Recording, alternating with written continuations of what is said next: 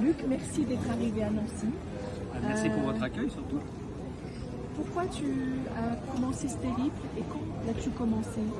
Alors ce périple, je l'ai commencé, j'ai commencé à marcher juste avant le début du Covid, c'est-à-dire le 23 octobre 2020.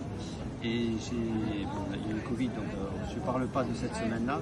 J'ai réellement commencé à marcher le 1er mars 2021. Donc, je suis parti 6 mois.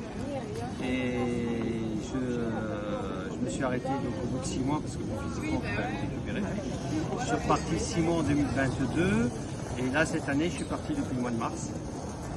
Donc j'ai fini une diagonale que je n'avais pas pu terminer l'année dernière, c'est-à-dire de Hendaye à Montluçon. Puis après j'ai fait Perpignan-Brest.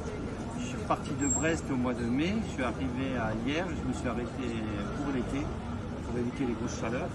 Et je suis reparti le 1er septembre de hier. Et aujourd'hui, je suis accueilli avec le sourire, la générosité des gens, des Lorrains à Nancy. Et voilà.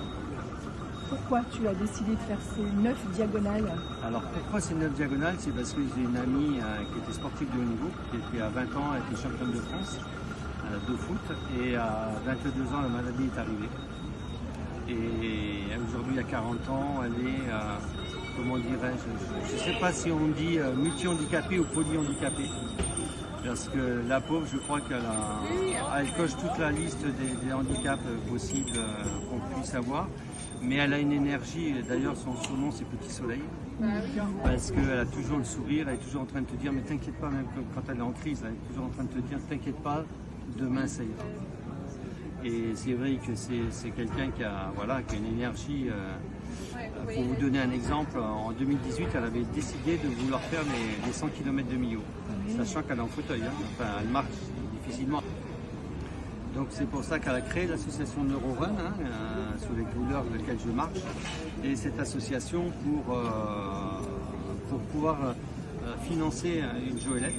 Oui. Voilà, et donc elle a fait les 100 km de Millau, poussée et tirée par les pompiers. Voilà. Et au départ c'est pour elle, parce que je ne connaissais pas la maladie. Bon, Natacha c'est une amie de longue date et je l'ai vue malheureusement. J'ai vu les dégâts de la maladie, si je peux me permettre de parler ainsi. Voilà, c'était au départ pour elle et puis pour tous ceux qui souffrent de la SEP, parce qu'on n'en parle pas, personne ne sait ce qu'il y a derrière. Voilà, et même moi. Justement, tu me parlais des troubles invisibles. Voilà. Moi aussi, je ne connaissais pas ce qu'il y avait derrière. Et puis quand j'ai commencé à m'apercevoir, de m'approcher, de toucher de près le problème, c'est là que je me suis rendu compte que les malades qui souffrent de handicap invisible, qui aujourd'hui ont très souvent la double peine, je dirais, c'est parce qu'elles ont la maladie, elles ont des troubles invisibles, des handicaps invisibles, qui fait qu'elles ne peuvent plus travailler pour certaines personnes, et donc le handicap invisible n'étant pas reconnu en France aujourd'hui, elles n'ont plus aucun moyen de subsistance. Et donc c'est pour ça que monsieur le président de la République a décidé de faire une loi sur le handicap, mais le handicap invisible, on n'en entend pas parler.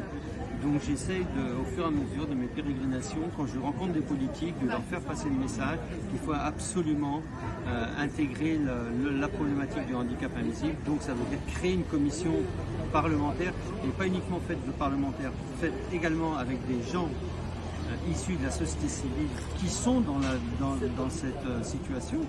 Vous avez entre autres Cécile Hernandez, elle n'a pas de problème de subsistance, mais Cécile Hernandez qui est connue pour, qui se bat également pour la reconnaissance du handicap invisible. Voilà. Et je pense qu'il faut intégrer des gens de la société civile dans cette commission de travail pour que enfin le handicap invisible soit reconnu, et que les gens qui souffrent de la SEP, mais qui est aussi valable malheureusement pour d'autres pathologies, puissent être reconnus et vivre décemment. Donc tu termines ton parcours à l'Assemblée nationale. Rendez-vous avec Madame Macron. Même mieux, j'espère arriver à obtenir un rendez-vous avec Madame Macron et de finir à l'Élysée. Formidable. Ce serait formidable, mais on y essaye, mais c'est pas facile. Tu vas y arriver, Luc. Après tes 11 000 km, tu vas y arriver. Oui, mais pour que ça marche, il faut arriver à toucher les gens de l'Élysée, et c'est pas facile. Merci beaucoup.